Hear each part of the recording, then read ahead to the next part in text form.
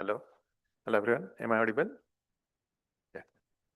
Yeah. Good afternoon and welcome to another session of Asset. Asset is for the people who are in the audience who may not know, is a forum here to have a weekly colloquiums on advances in science, engineering, and technology. And we are very honored to have co-organizing a very special lecture here today with TIP 2026, as you are all aware. We have a Professor Massimio Cascia, a full professor for experimental physics at University in Sevilla in Congo. I'm sorry if I'm mispronouncing your university, sir. And is co-founder and CEO of Random Power, developing a platform of random bit streams used in quantum tunneling. I'm sure he is going to give his expertise in using applied physics in many other areas. He is, as you mentioned, is a particle physicist and has worked in CERN, Geneva in Switzerland. Was a member of a Delphi experiment at LEP, the Large Electropositron Collider, and a vertex detector group. And his main focus since in turn of millennia in the last 20 years or so is in applied physics project based on the instrumentation and other particle experiments, the knowledge and experiences which he has in applying in the medical applications, security applications, and latency encryptions, which he is going to say today. I invite Professor to please start. Thank you very much. Thank you for introducing me. Thank you for inviting me. It's really been a pleasure to be here for the TIP conference, and it's an honor to be here for the ASEC colloquium. So I will try to intrigue you about what we do, which is actually an example of technology transfer that we discussed already at length today. And I would say, if on the way you happen to have curiosity of questions and you are somehow afraid to forget about it, just raise your hand and I will be happy to take the question on the way. So what do we do is essentially something very trivial. So we toss coins, which will say, okay, it's a good sport, but what for? I mean, you know that by flipping a fair coin, or even an unfair one, you can associate the appearance of a head to one. You flip it a second time and you still get one. Then you get the tail is 0 and you can go on and on. This is possibly a better, say, animation with respect to what was shown today in the morning. Okay, sorry, it was a joke to a good friend. And if you do so continuously, you end up actually generating, in principle, an endless stream of random bits. So what do you do with it? Essentially, you know that out of it you can get the numbers, and out of the numbers, what do you do then? Well, there is definitely a hype in our digital world about randomness. Now, in principle, for whatever is related to cryptography and whatever is related to privacy preservation, you need randomness. For instance, if you look at the keys in your public and private key system, which is based on RSA, all of the keys that you use are generated multiplying enormous prime numbers that are random, that are constructed starting from enormous numbers that you build up from a long sequence of bits. So this is the essence of any cryptographic system. And again, if this is not strong enough, the rest will collapse, whatever algorithm you're going to use. The same is somehow applicable when you're talking about privacy, which is an issue today, especially when you consider more and more data that belong to you are actually made public. Not necessarily for bad purposes, but usually for good purposes. Think about all of the data that should be merged that are coming by the clinical trials. So they do have a value, but they also have such a way that nobody, by crossing the analysis, can get to you identifying you. So anonymization, that is to say, the fact that you're taking off your ID, not enough. This has been clearly demonstrated. So there are different ways to guarantee privacy. One that we do like a lot in random power is called differential privacy, which is super strong because it means that the outcome of the aggregated analysis of the database doesn't change whether you know out. That, of course, is the maximum guarantee for anonymity that you can offer. Now, how do you get there? I mean, guess what? You take the original database and you add noise. And noise is randomness. So again, Randomness is everywhere in our digital life. Any financial transaction, any end-to-end encryption through WhatsApp, any release of data, you need randomness. If you want to have a fantastic overview, you will see in the slides this BBC wrapper, where this is hyperlinked. It's very well written, it's very clear, it's non-technical, but for tech and science people like you, it would be an open gate just to understand a little bit better. But believe me, wherever you go, if you want to preserve the deterministic life or the digital transformation, you need randomness, which is, again, is fine also as a philosophical point of view, because you need unpredictability to preserve the predictability of your digital life. And when they merge, is a bit of a problem. Now, how do you generate usually randomness? Usually means which is apparently the most cost-effective way to do it. You use an algorithm. Good, bad, maybe, I don't know. It is good because algorithms come essentially for free. They are super fast. You can go to giga number per second, no problem. Have, say, qualified implementations. They do have essentially one problem. Every algorithm that you can imagine is a deterministic sequence of actions. So whatever you do, the randomness that you generate will never be pristine, guaranteed randomness. It will always be a mock-up of randomness. And indeed, these generators are called pseudo-random number generators. Up to the level that not me, but John von Neumann, which again, it's him, in a famous paper, which is called Various Techniques Used in Connection with Random Digits, said explicitly, anyone who considers the arithmetical method of producing random digits is, of course, in a state of Zen. And I have a tendency to agree. Now, what happens is that you have a very long list of vulnerabilities in the crypto system that were associated to, say, violating software-generated randomness. You start, this is a very famous one. There was a predictable random number generator into Debian, into the OpenSSL. So again, this for years was reducing the space of the available keys to such an extent that even in 2008, a brute force attack could easily violate it. Then you can score, and the Sony PlayStation is another good example. Maybe it was not so dangerous, but they had nonce duplication, nonce, or say random seeds that you use only one time. And then you can go on. Here, again, they identified that one of the algorithms that were even suggested by NIST was somehow flawed, and so on and so forth. You can really see it happening. And of course, you have to consider that any time you have one of these problems, then it has really a non-trivial effect into an ecosystem. Now, if you're asking me, again, there is something which goes a little bit beyond the attacks and the breakup of the software-generated bits.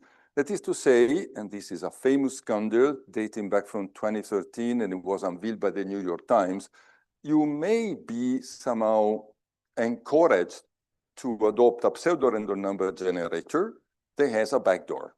And if it has a backdoor, whoever has the keys to access the backdoor has access to your digital life.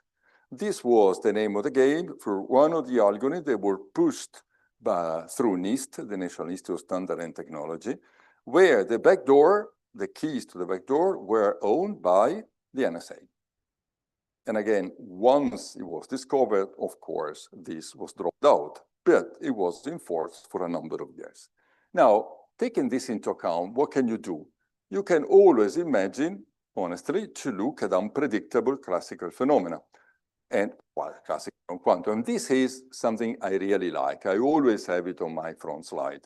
It's an artist's point of view. So Monsieur François Morellet was a French painter. And in this evolution in 1960, he used to do something to be very, very nice. So he asked, at the time he was living in New York, and he asked his family member to open, of course in a random way, a page of the New York telephone directory, to just pick up one of the numbers and to read the final digit. If the digit was even, it was painting the pixel there in one color. If it was odd, he was painting the pixel in a different colors. And he did it 40,000 times. So it took them about 2 years to produce this painting. But this is also nice because one very good indication of what we call now internally the Morellet table. If you don't see any pattern here in the pixel, it means that you're possibly random. And I have to say also, under a marketing point of view, they did very well. You can find this this painting in different colors. You can find it at the Tate Gallery in London.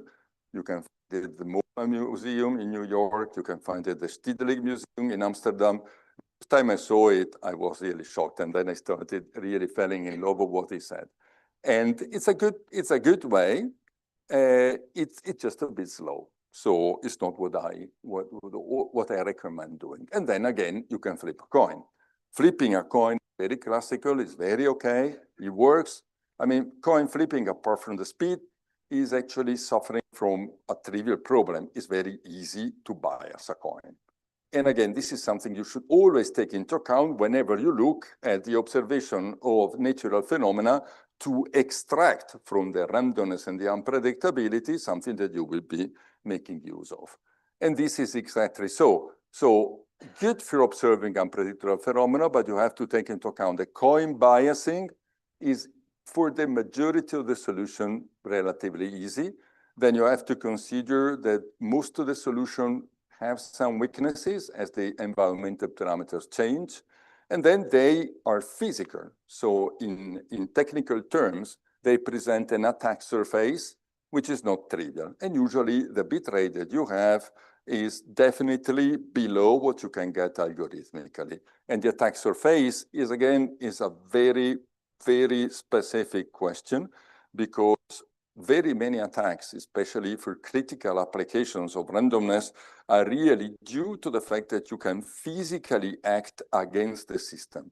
You can inject frequency, you can use radioactive sources, you can sniff actually the electromagnetic waves that are emitted during the operation. There are a lot of what they are generically named the side channel attacks to system that can easily not easily, but the attacker can do something very sophisticated. And this is an example of something that recently came up, 2021. This company, which is called Bishop, made an analysis on one of the devices most widely used in IoT. And I don't tell you the name of the company. And they had really a trivial bug, because they had not in their system the protection against the fact that if you're harvesting a low bit rate source with a frequency which is exceeding the production rate, and you don't have, say, a checking system, you're padding the key with zeros. So this was biasing 35 billion devices in the world. So what I mean is that whatever you do, you have to do it well. And so there is something also on the engineering part of the story here to be learned. Okay, so of course, what is the optimal solution? The optimal solution would be that you use a quantum phenomenon, because we all know that if you go quantum, then unpredictability is built in the very same laws of nature. The good example is a radioactive source. And actually, this was the very first quantum random number generator ever invented and engineered.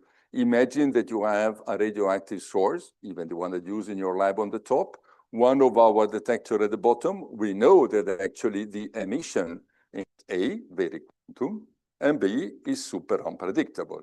That's the principle. No, it's energy barrier crossing, and you know it happens, you don't know when it happens. And so when the particle is hitting the detector there, then we know that it is generating a pulse. By the way, this is pulse in one of my pixel detectors taken from the scope, and the scope never lies. So whoever has a little bit of understanding of and practice of statistics immediately knows that the occurrences here are Poissonian. And since they are Poissonian, they are unpredictable. This is analog, a little bit tricky. Look at here. Here, what we do, we just put a discriminator and we turn the analog pulses into sequences of digital pulses. And they're clearly Poissonian. And again, means that if I'm spotting where I am here, then I don't know when the next one is coming, and so on and so forth. Now, there are a number of algorithms by which you can turn the random occurrences of pulses into bits.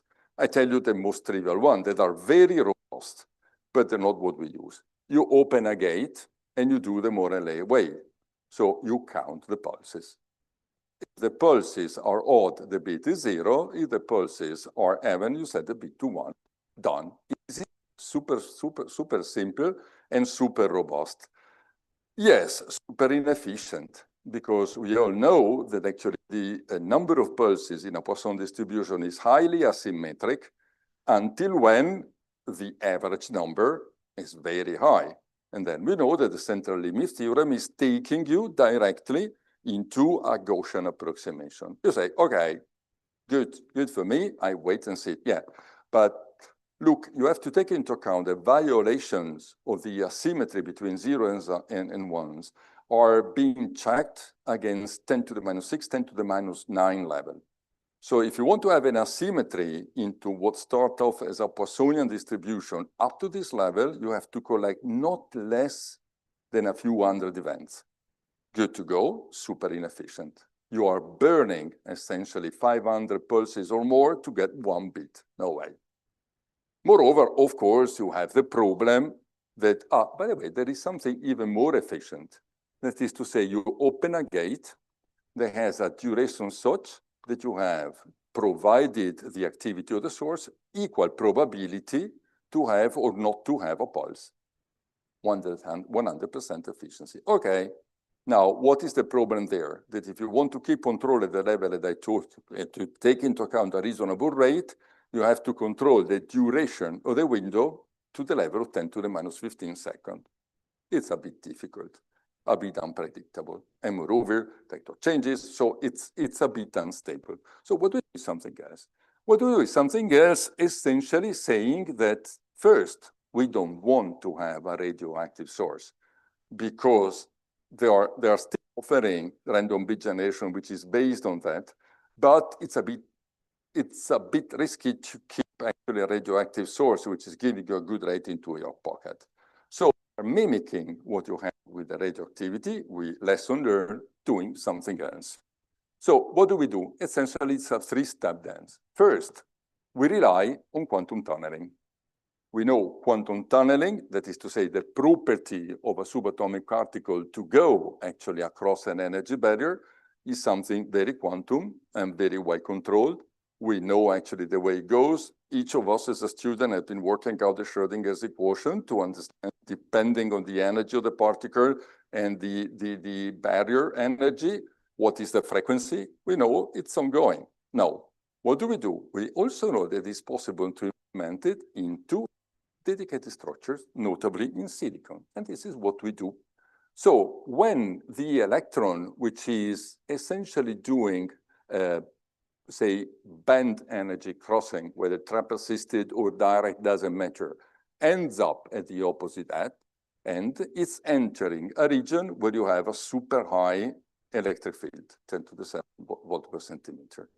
And this is providing, say, the self-amplification of the phenomenon. Because by impact ionization, you have one which is generating 2 generating 4. So it's an exponential growth, and there you go. It's, say, geometrical with reason 2. And so usually you get something similar. This is the simulation of the avalanche that are occurring within one of the structures that are at the base of what we do. So essentially, within 1 nanosecond, you get one avalanche of about 1 million electrons. And again, this is giving you a current pulse.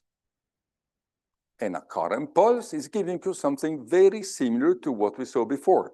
This is the occurrence of the pulses. Then what we do, we identify when the pulses occurs. Because of the amplification, you are well above the baseline. Then we timestamp the pulses. We turn the original phenomenon into a time series, what the economists like a lot. We process the time series, and then we get the bits out. Now, of course, there's a TDC on the way. And again, you have to do it well, as I said, because if the TDC has a good precision, but you don't have a good control on the systematics, you're essentially dead. So one of the little secrets in what we do is the quality of the TDC. Now, how do we do it? I mean, you will see it later, no secrets. Something, again, very easy. Take a pair of pulses here and look at the inter-arrival time. Take a second pair of pulses uncorrelated from the first one, and you measure the inter-arrival pulses. Let's call it 1, 2, 3, and 4.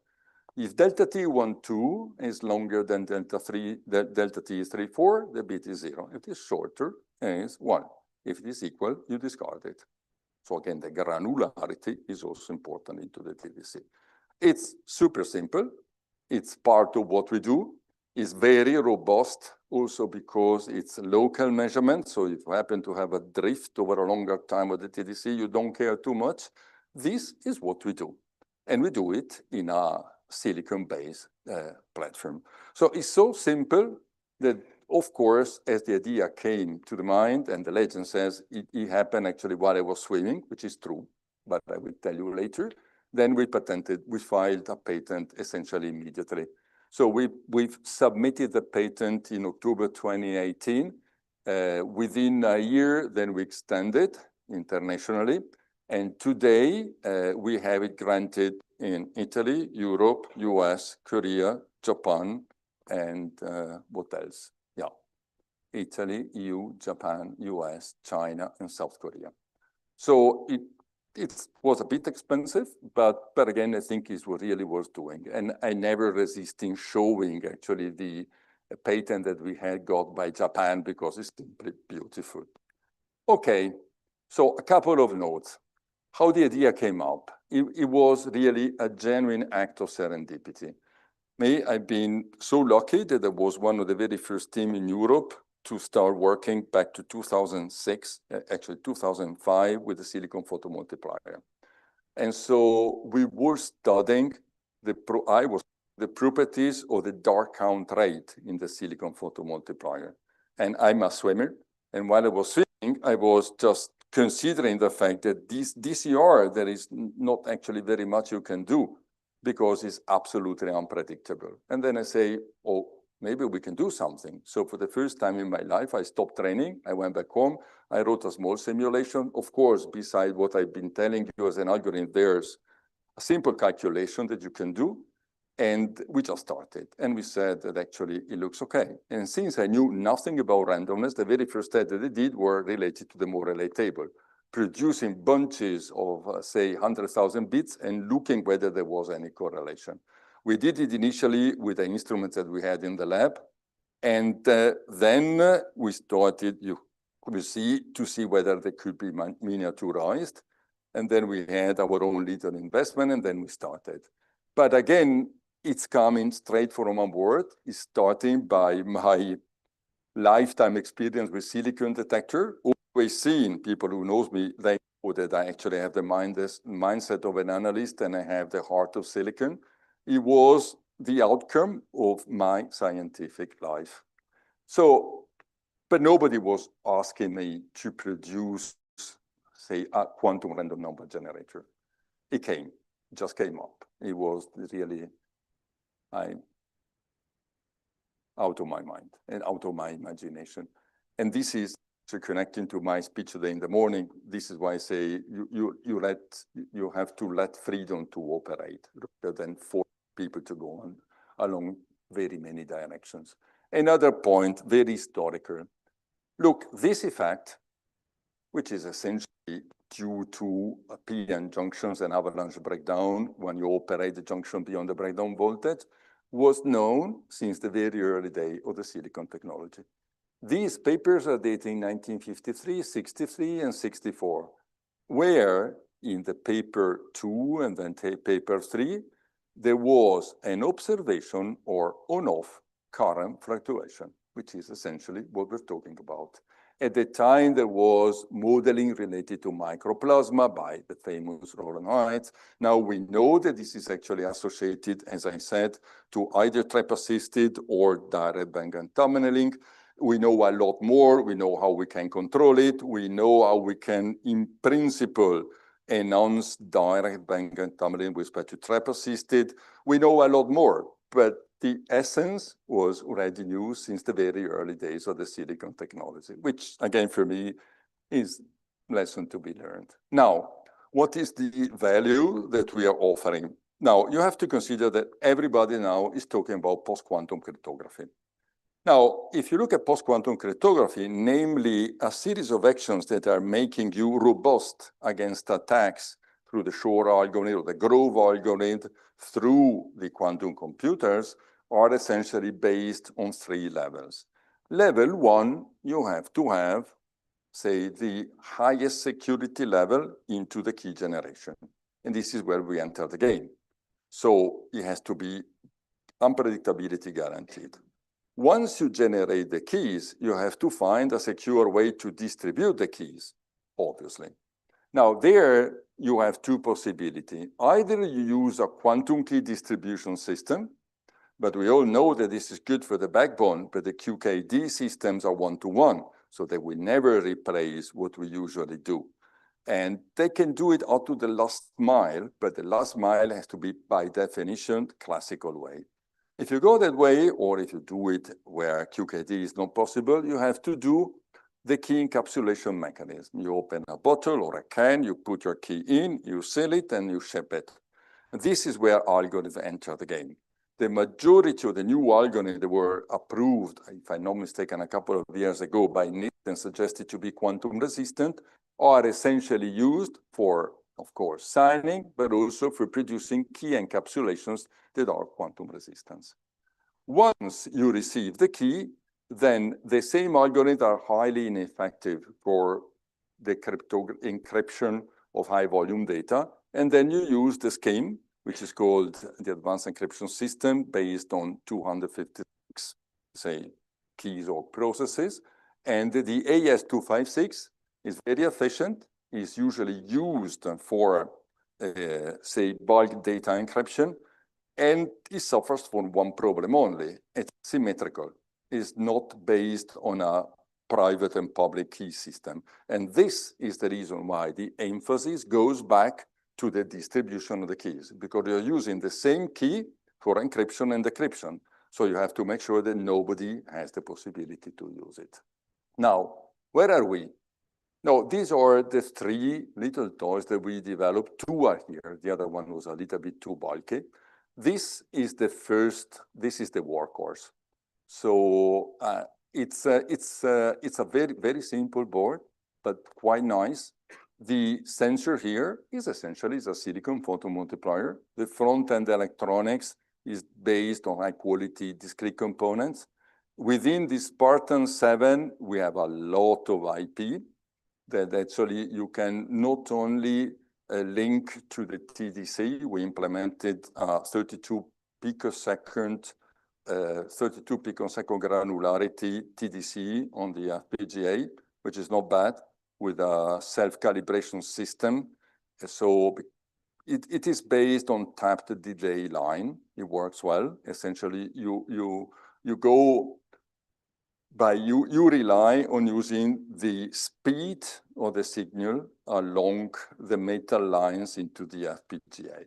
It's like a bus. And so when the bus is going, then for every stop, you flip 1 bit, carry 8, and it goes. It's quite good. You have to be careful because whenever temperature changes, the resistivity changes, the speed changes, but we have a self-calibration system. And then we have also, I come to that later, lot of online system for qualifying during the production the bits that are encoded into firmware. Now, this is the big brother, not just because we go from 1 to 64 generator, and as a consequence, we cannot do the front-end electronics in discrete components. We rely on a super high quality front-end ASIC by VRock, the company that the majority of the people know here. And we have also one of the most prominent representative of what they are today sitting in the audience. And this is a chip that it's called the LIRAC. It was born for LiDAR. You know, when you measure distances by the travel time of a burst of light. So when we met, we discussed, we said, look, maybe you can do something for us because we need actually to timestamp with limited jitter the occurrences of the pulses. And we have a long-standing collaboration. We go along quite well, and we're still friends, which is also important. And so the pulses are produced here. They are turned into digital actions in here, and then they feed what is under this heat dissipator, which is not only an FPGA. We scale it up.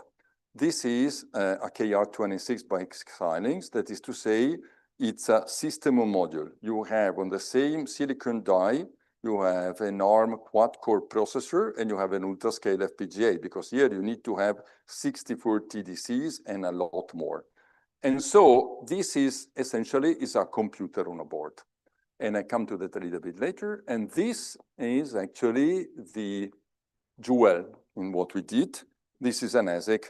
What I told you was turned and integrated into an ASIC. I have also the wafer here. I will tell you more about it. And again, we managed to produce it, to design it into about 2 years, from zero to submission to the foundry. It took us about 1 year to properly qualify it. And now we're essentially ready to go. And there are some people that are curious to see the wafers, and they are welcome after the speech just to stop. Now, I think I told you nearly everything about the single generator board. And well, it's interesting. It's interesting because it was really what was allowing us to learn a lot. Now, what is specific about the 64 multi-generator board and the ASIC? This is also an interesting story that has also to do with the way you tell how random is a bit stream. And in principle, it's like in science. You cannot really tell whether you're right, but you can disprove your theory. The same here. So you cannot tell that the bit is random. You can tell that it doesn't violate any of the model that you have in mind. So the argument by the certification authorities are, look, since there is not any universal test, indeed there is one, but it's numerical implementation, it's called the Maurer test on compression. So it might well be that there are violations that you don't know about. So how can we proceed? He said, look, I give you a scheme where I provide you an algorithm which is mathematically proven to give me an unpredictable bit stream as long as it is initialized by a bit stream that has unpredictability. And this is mathematically proven. So in principle, if you want to be compliant to the NIST and AIM certification, no way that you have to use this hybrid system. And of course, implementing a hybrid system like ours, it was not really too easy. But anyway, the principle is that you have the entropy producer, which is relying on quantum tunneling, which is giving you, say, bunches of 2048 bits. You qualify the bits according to essentially two online qualifiers that I will come to. And then once the 2048 bits are qualified, then they feed the entropy consumer. And the entropy consumer then provide you the mathematically qualified randomness. Now, you can refresh the seed every turn of the consumer, or you say, I do it every now and then. Here, it depends on the request that you have.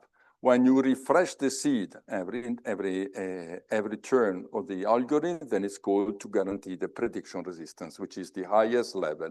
That is to say, no matter what you observe in the past, you will be totally unable to guess what is coming in the future.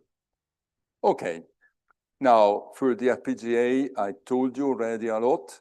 Where are we? You will understand what are the names here in a minute. I would say, where are we? Let's say we are at product level, meaning that we had a first round, and then we had a second round, and now the hardware is ready. We are launching the production of 10 pieces. And by the way, if you happen to need a 64 TDCE with 30 picosecond granularity, you let me know. We will be happy also to provide you the firmware that we have. It's pretty good, I would say. And we are completing the software architecture. For this sort of stuff, I mean, the software architecture is absolutely a must. I'm not going to say the hardware is a piece of cake because it's not, but the software is really, really tricky because this is the building block for what we call entropy as a service. So the bit flow that through the single generator is at the level of, say, 70 to 80 kilobit per second.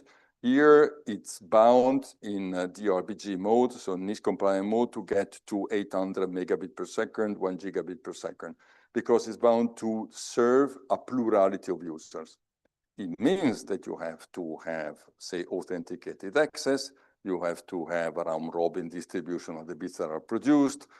You need to be able to deliver the bits in an encrypted way. So it's rather complex. We are at the stage where the alpha version of the architecture is ready. Now we have selected potential customers that are giving us a feedback that we will be implemented to get to the commercial delivery. Now, the chip. The chip is rather complicated. So what do we have? So this is a 32 by 32 array of SPAD, essentially, customized SPAD, fully customized SPAD.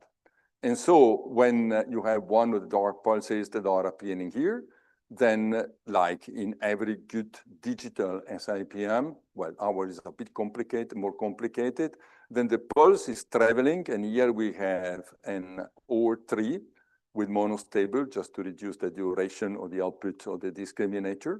And they flow from northwest to southwest. So what do you do in here? Essentially, first, you timestamp. And so you have the TDC. We have two different TDCs on board because it's always better to have a plan B. And then once the bits are generated, you have the two algorithms by NIST that are qualifying them. Once they are qualified, then they flow east and they feed the DRBG. And the DRBG, of course, is done, you will see it in the next slide, then according to the NIST prescription. Now, there is also, here you see all of the qualification and the compliances. Now, this by itself is a unique machine. But look, we said, wait a second. I mean, we are producers. We have to deliver to the user. So what do? We want to protect also the channel. And so what we did, we included also the possibility to encrypt with an AES 256 standard and authenticate the bit stream, which is important, but it's AES, so you have to generate the key. And so we have on board also what is called a key derivation function, which is based on 3 levels. So level 0 is the root key. There are only 3 people in the world that know it. I'm one of them, don't kill me. And it's encoded in silicon. No way. It's in silicon. And it's not into one-time programmable pad. It's really distributed in silicon. There is essentially no way to do reverse engineering. Then you have the possibility to provide what is called public material. It's, say, a string of 256 bits that is identifying the customer. And then you have a chip-specific tag. So the key derivation function is generating the key, which is used to encrypt and authenticate the bit string.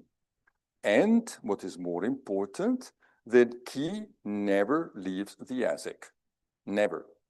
So the receiver will be on a separate channel, receiving the key which is generated by our engine, which is sitting in a safe place, either through, say, an encrypted channel or on a hardware wallet. But the key point is that in order to protect the output bit stream, you can really encrypt it. And again, of course, you have to do everything in compliancy. So we are compliant to the NIST special publication 890 ABC for the DRBG. We are compliant to 38 ABF for encryption and authentication. We are compliant to 108 for the key derivation function. And we are targeting certification according to our reference, Christophe Serma. So we are also proceeding and we want to target a certification which is called FIPS 140-3. This is the level, and it requires 3 steps. Essentially, the first one is the qualification of the DRBG mechanism. It's called Cryptographic Algorithm Validation Program, and we have already. This has already been granted. Now we are qualifying a number of chips. We'll go through the second step, which is called ESV, Entropy Source Validation. And then once this is done, if we have a user request, we'll go through the third and highest step, which is called CMVP, Cryptographic Module Validation Program. We have to see whether it's applicable. But according to our references, SEMRA, we could be under 40-3, level 2 out of 3. They will make this chip really unique for security applications. So where are we? So it was out of the fab in June 2024, and we produce it with different flavors because there were some tricks that we wanted to play, and I'm happy that we could do it thanks to the support of the foundry. Then it took 1 year to select it. We picked up the processing parameter that we like best, then we produced more wafers. As of today, we have 9 wafers, each of which have 352 chips on. And we selected first bunch of 500 that was sent down for QFN 100 packaging that are back.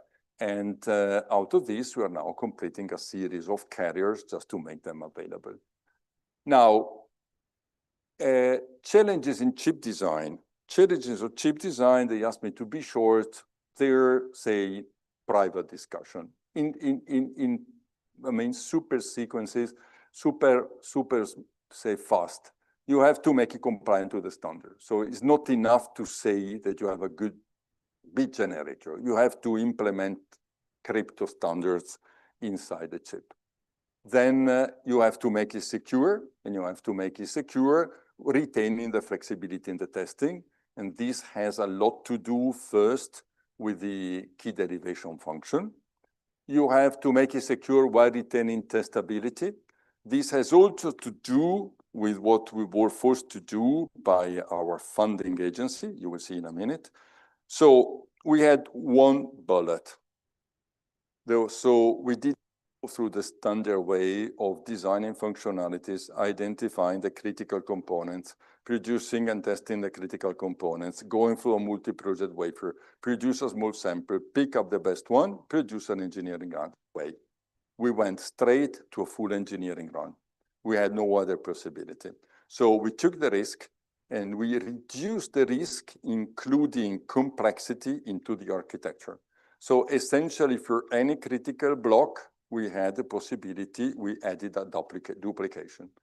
And then this is also inducing, say, the fact, this is the reason why the chip is controlled by 152 parameters.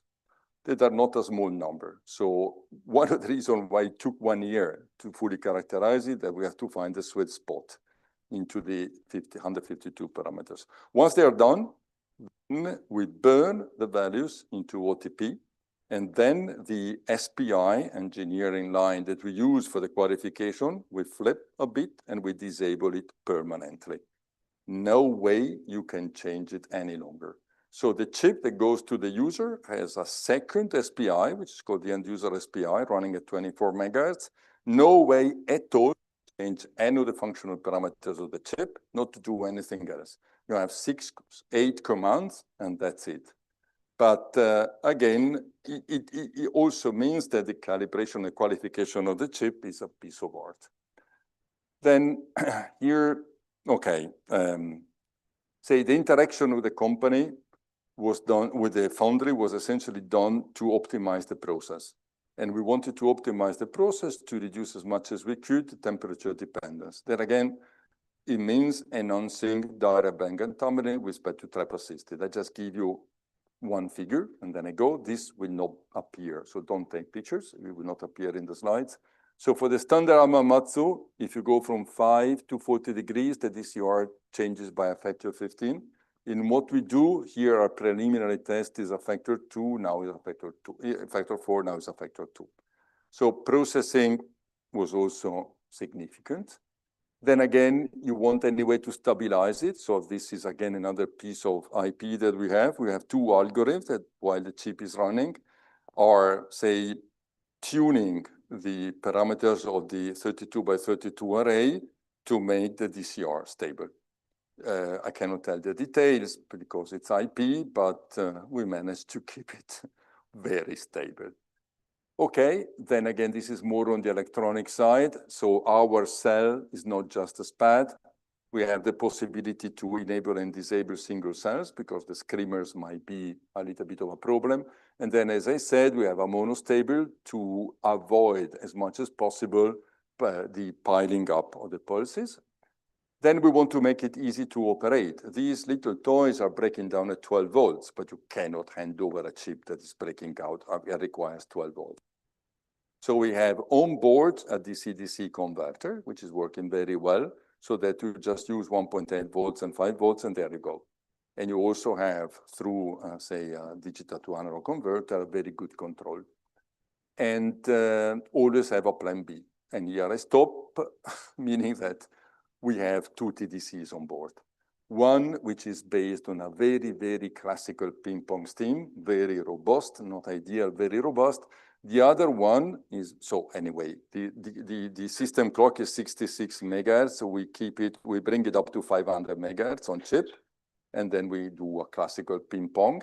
And then the second one is definitely more aggressive. So I have a slow clock, and we have ring oscillator, gated ring oscillator, that are looping at 250 picosecond, timing. So not bad, we use both, but let's say it was good to have either. So this is the qualification. Then beside hardware, you have to tell actually that the bits are random. And this is really a beautiful, beautiful piece of mathematics and probability. So usually what we do, so usually we rely on a series of tests. So the first one is rather obviously the suite, which is provided by NIST. And we have an emphasis on the Maurer test that I quoted already, because this is the universal test. And we qualify every 2 gigabit file that we obtain. Then, even if it is not official, we use the test U01 by Monsieur Pierre Lecuyer.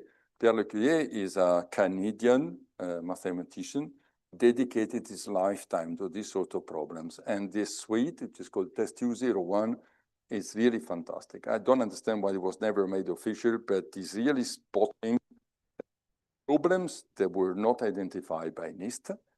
Then we also perform the test on what is called, say, IID property. So the fact that the symbols that we generate are independent and identical distributed. And again, the third one. And then, let's say, once we do it, then we are happy.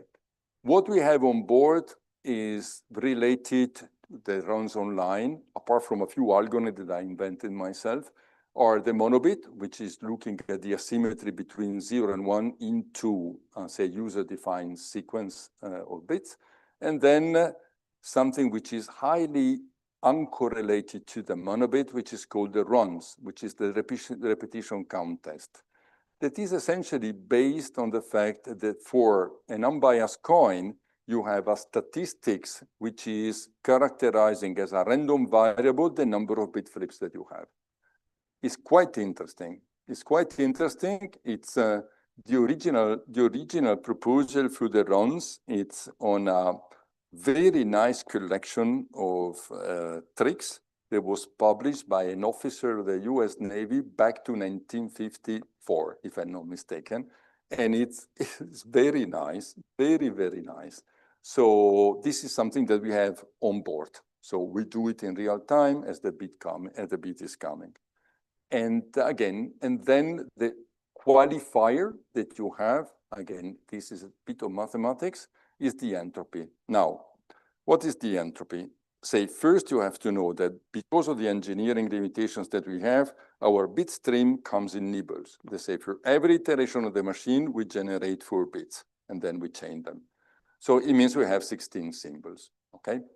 So the entropy, you can look at the entropy, the Shannon entropy, even if there's a link also to the thermodynamic entropy, as the exponent of 2 to power the entropy, which is measuring the number of trials that you have to do in order to guess the outcome of the random bit generation or random symbol generation.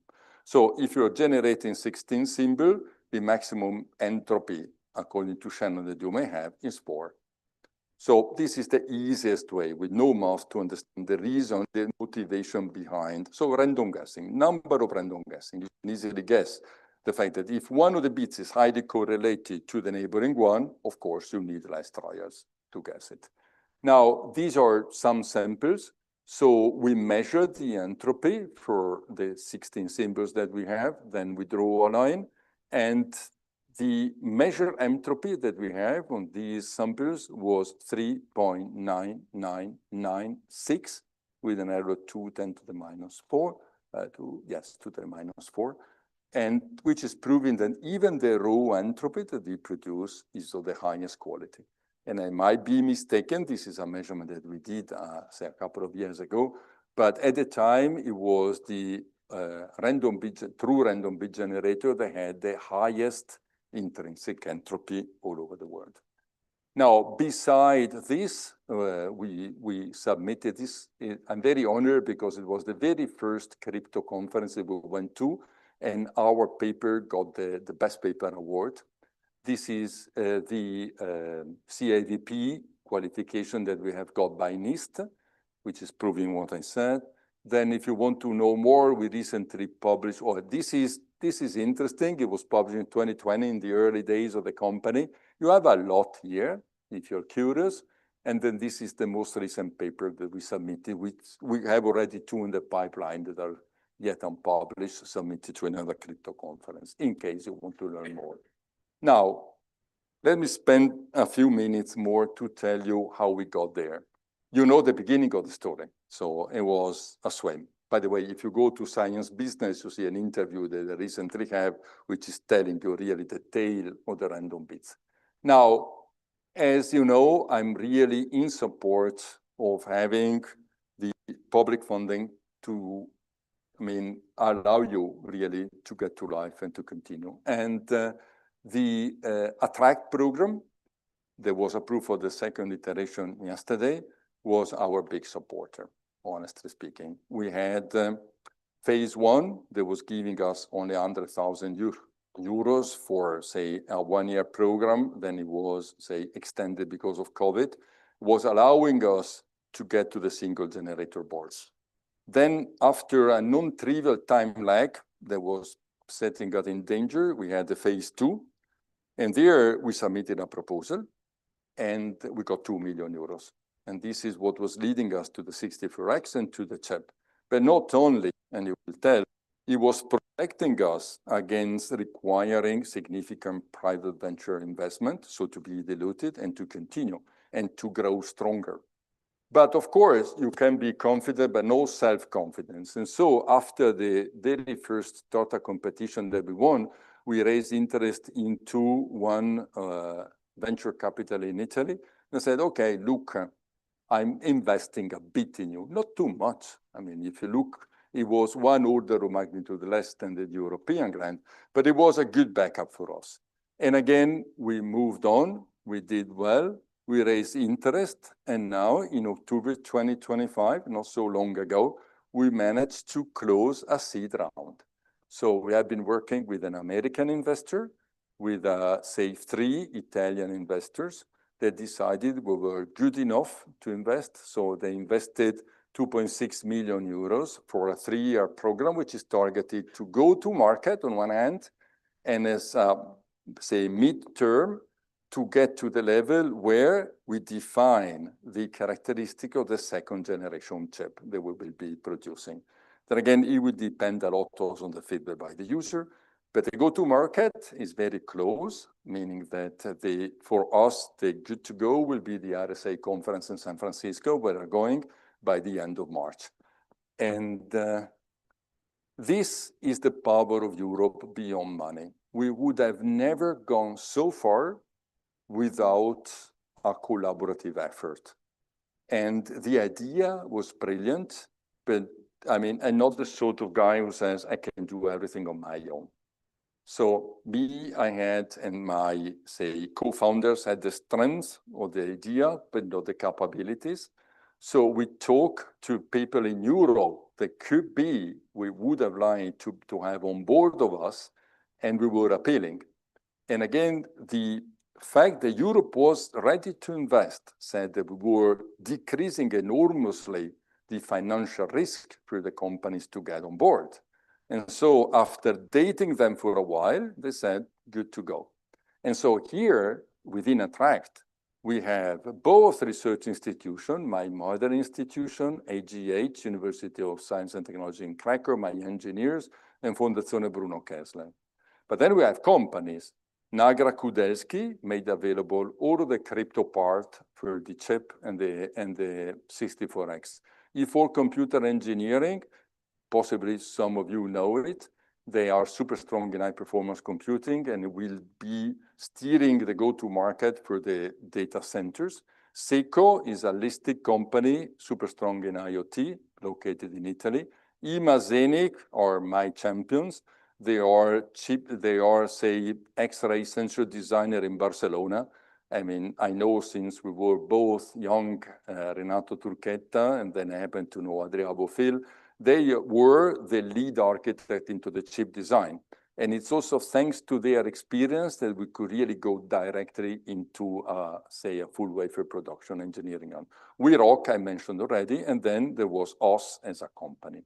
We dedicated about 18 years, and it's also honest to say it was not easy to get there because the combined selection between phase 1 and phase 2 is giving me a success rate of 1.5%. So we were somehow lucky, we were somehow good, but it was good to go. And then the timeline and the message here, just to cut it short, you have to be extremely resilient. So from 2016, when I got this magic swim, to today, a lot has gone. And of course, we had an acceleration. Initially, it was just quiet and we were happy, but the real acceleration came when you see the list of things we had, say, the Attract phase 2. And now this was really, I mean, keeping me days and night. So now I also went part-time from the university because you cannot work more than 200%. And now we are really to take off. And I really want to thank some of my team located in Como.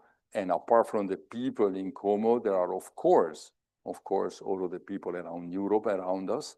We sign also licensing agreement with any of the companies, any of the research institutions that are on board. We do things well, and we are proud to do it. And what's next? Now we have the platform. We are developing, as I said, a series of carriers. Also have the chip on a USB, so you can have quantum randomness in your pocket. And we are addressing 2 applications related to quantum resiliency for hardware security modules and for Internet of Things, industrial IoT. And we also have, thanks to the support by 2 small programs in Italy, differential privacy. And that's it. And thank you for listening.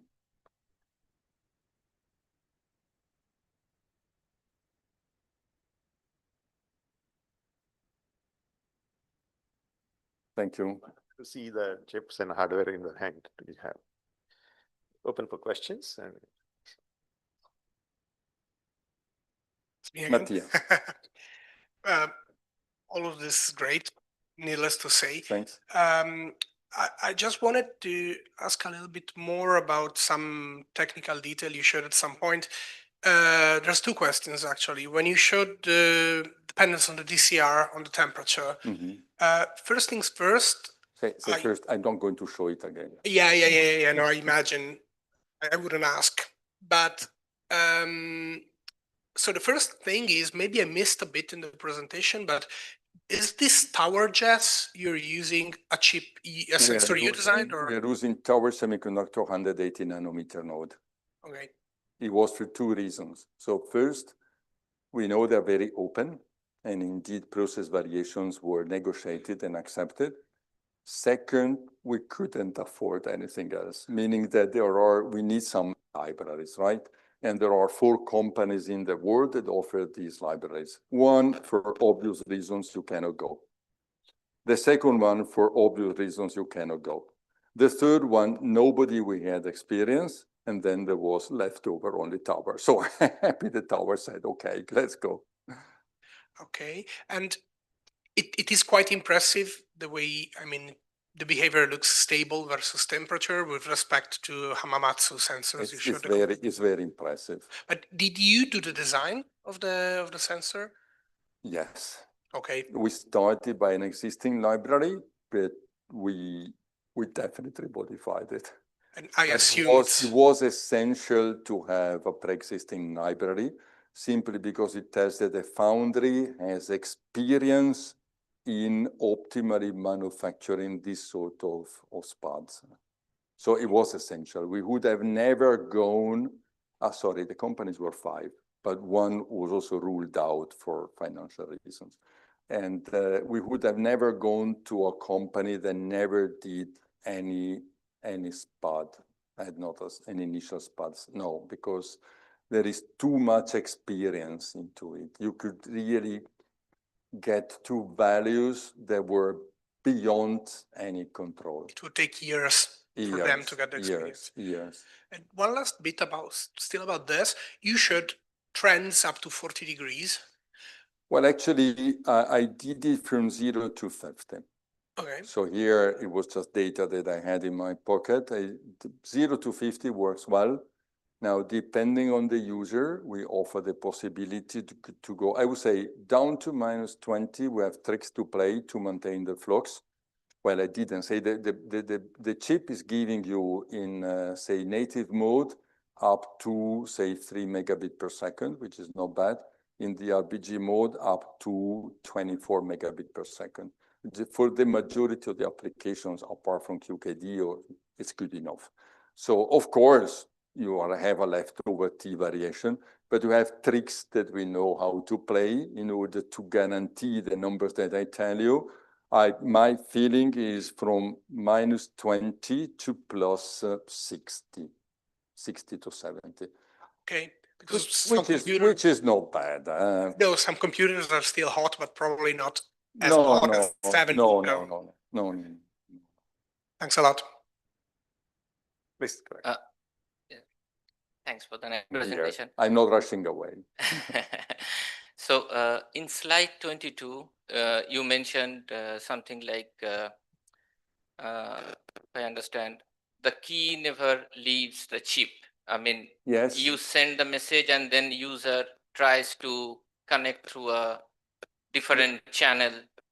The key never leaves the chip. Yes. That's correct. And the user basically connects to that chip through a different channel to verify. No. Wait a second. The user is receiving through a different channel the key they will be using for decoding the bit stream. Okay. So it is generated in a secure vault by a dedicated computer. Right. Then if he's happy enough, we can send it using a PGP encryption, public and private. If he likes better, we use a hardware wallet that he can send us, and then we ship it back. Okay, so the question is, if it is residing in the chip and there is a bit flip, for example, single even upset, do you have, I think you must have thought about some backup algorithm to mitigate this thing. Look, let's say this was not designed to be space compliant. Okay. Yes, that was I was thinking. Yes. But it was not. Now there's a strong push also by one of our investors to make it space compliant. Well, I tell you what, because of course space economy now is booming up. Now, if we do have a marketing opportunity, well, a possibility, then we will be qualifying against single event upset. I don't expect actually until when you are keeping low orbit satellites to have any issue, honestly speaking.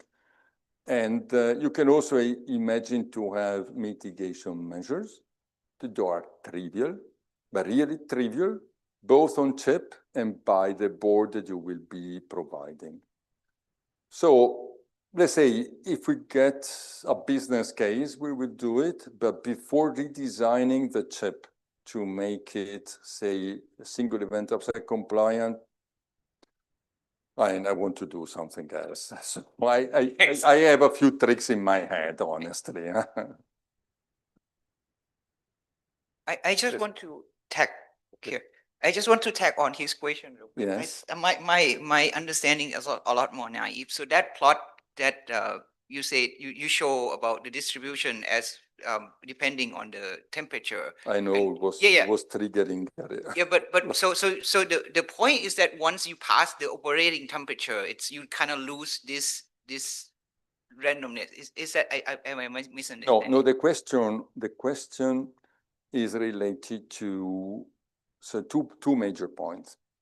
So usually you know that the breakdown voltage has a temperature dependence and is decreasing depending on the silicon, say a few tenths of millivolts per degree, which is standard. If you look at AMI is 0.55.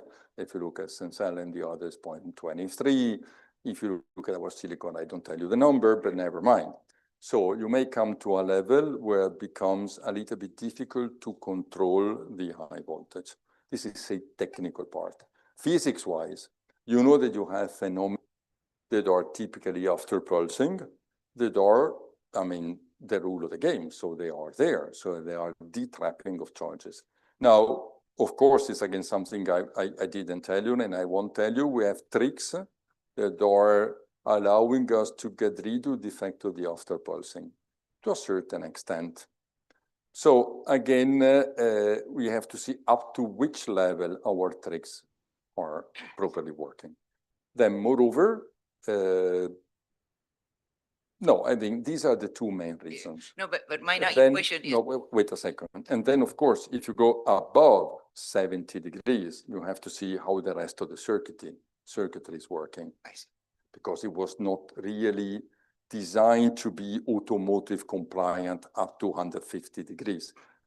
Even if the technology that we use is actually automotive compliant. But again, there was nothing done to be, say, by design, targeted to 150 or more.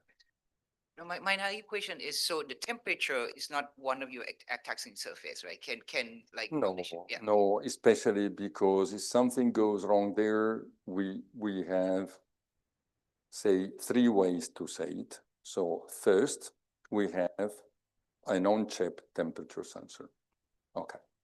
Then say that for whatever reason this is failing, but it's working as an alarm. So nothing else than an alarm. Then this is something goes badly wrong. We have the two online quality tests. They will raise a hand and say, hey, there is something very bad ongoing, shut the system down. So it doesn't mean that you preserve the functionality, but very often is enough to notify that something goes wrong. And so you somehow avoid that this is propagating into your security chain. Okay, thank you. Thank you. Yeah, one last question. Thank you for your great talk. I want to ask you something here. Where are you? Here. Oh, sorry. I want to ask you something about your supply chain. So like in 2025, like the place 3 of like security vulnerables was like supply chain failures. And so basically like you create a extremely valuable target with this ASIC. Like how do you ensure like when you ship this chip to bonding, like how do you ensure you get the same chip back and like nobody alters it and you don't run into any supply chain issues? Okay, look, it depends on the market that you're targeting. So if you are marketing the super critical applications, then you have to guarantee the full supply chain. And on the silicon side, that's it. So I told you that we have only one supplier. On what comes next, that is to say, thinning, dicing, packaging, testing, and so on and so forth. So the steps are, say, all done in Europe by qualified companies already today. testing is done in-house. As long as you do it for small volume, we do it really in our lab. If you go to higher volume, there's a very easy way to have guaranteed that you get the same chip back. That is to say, you do wafer probing first, and you do, say, identification of the chip once it's packaged. So you have controls. You have two controls that you have to apply. But the key message is the system has a certain cost because everything is done using qualified companies in Europe. There is no other way.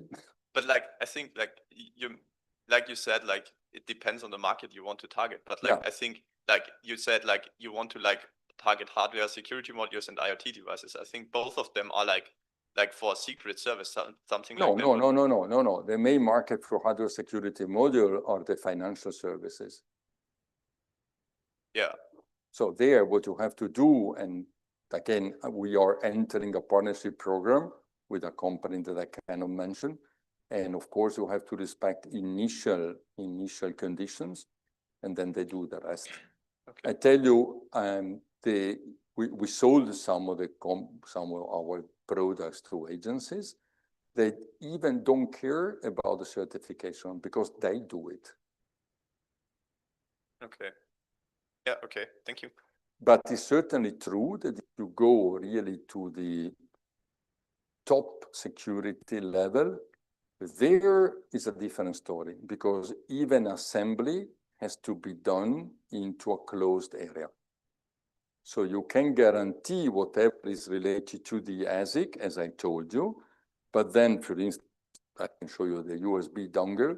The USB dongle that we have cannot be just done everywhere. You have to do it in a company that cannot be ours because it would be a too strong investment, where you have the full control on the supply, also including the PCB design, PCB production, PCB assembly, and then the final step has to be done beyond closed doors where you have a controlled access. Okay. And then you have to make it Tempest compliant. That is to say, it's a military standard. So that's the name of the game. Huh? Yeah. Okay. Okay. Thank you. Thank you. Yeah. Last question, please. There is one, two. Okay. Yeah, Yeah, maybe go. We can the second question, or we can have it. We take both. We take both. Yeah. Thank you very much for the very interesting talk. Okay. First of all, not an expert, so I don't know if what I'm saying is relevant, but do you have or plan to have any physical tampering protection after the device has been? So in the multi-generator board, we do. Multi-generator board, I didn't tell. The multi-generator board comes both as a standalone box through Ethernet, or it comes as a PCI Express. Now, for the use into a data center, of course, is the server that has to be anti-tamper. For the box, we have an anti-tamper system. Yes, we do. Thank you. Last question. Thank you very much for the fascinating talk and congratulations for for this job. My question is, I like to follow what's happening when an idea goes from just an idea and goes to a product. So I want to know your point of view about the next challenge, which is scaling. So which is usually about something difficult than creating a small number of products. It's very, very difficult, honestly. So obviously, let's say you have two ways, meaning if you're targeting the market, as he was mentioning, then it's not so much a matter of scaling. It's a matter of gaining reputation, meaning that there is no top-level agency that will ever speak to a startup. No way. So it means you have to enter a partnership program with a company which is already qualified.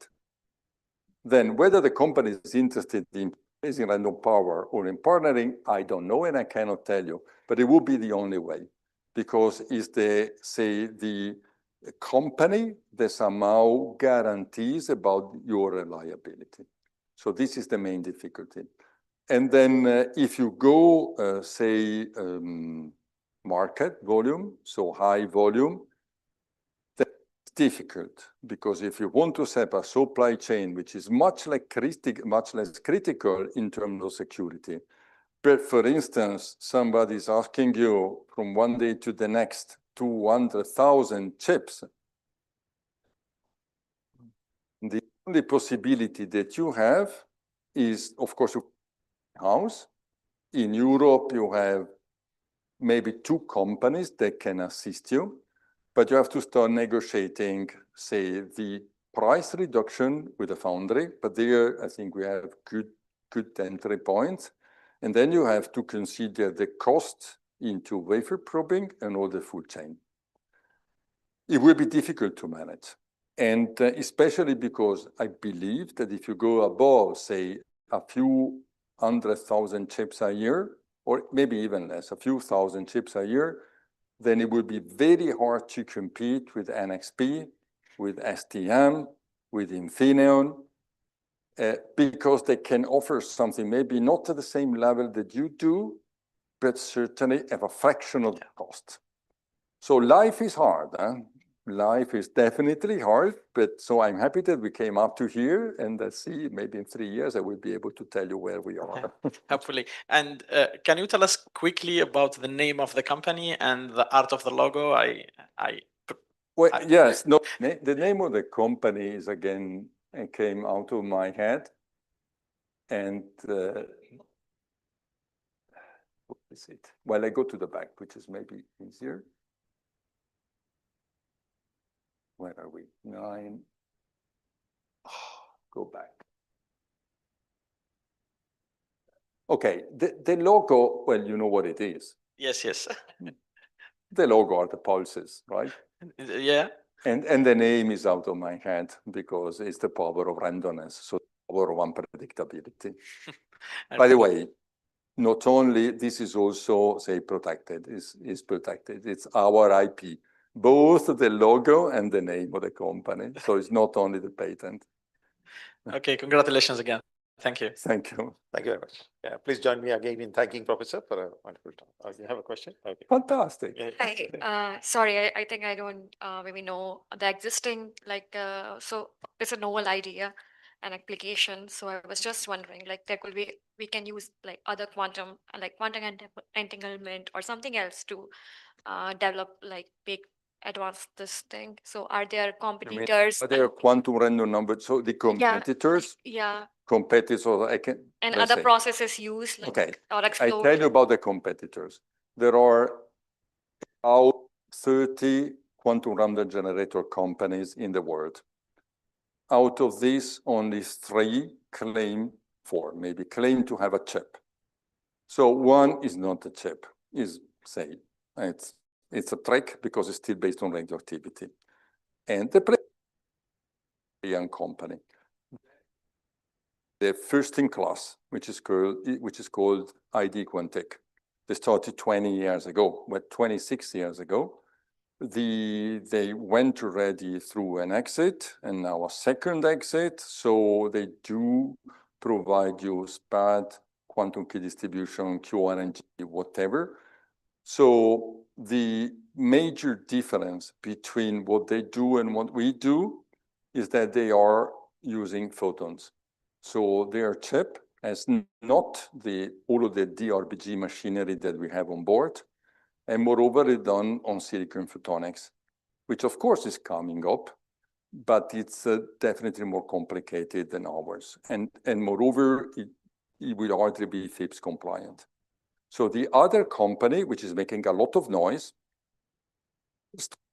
it's called QSide. They're located in Barcelona. They use, say, again, quantum light fluctuations into a lasing system. It's where they win with respect to us is in the rate. What they call a chip, which is not a chip, is a piece of silicon. It's 1 gigabit per second, but they don't get the bits out. They get an analog signal that they have to process on their board. So, of course, the is the speed. The disadvantage is that you will never be FIPS compliant. And moreover, they still have to convince me that they can analyze a multi-gigabit per second a waveform to get the bits out. Well, they are super good, honestly. I believe they are our main competitors. Then here and there, you have others. There is also a Canadian company that uses quantum tunneling. They do it on custom silicon, so it's custom process. The main advantage in ours is that it's CMOS compliant, and so we can include a lot more features on the chip. But believe me, everything, especially because when you go to the investors, question number one is, why shall I choose you?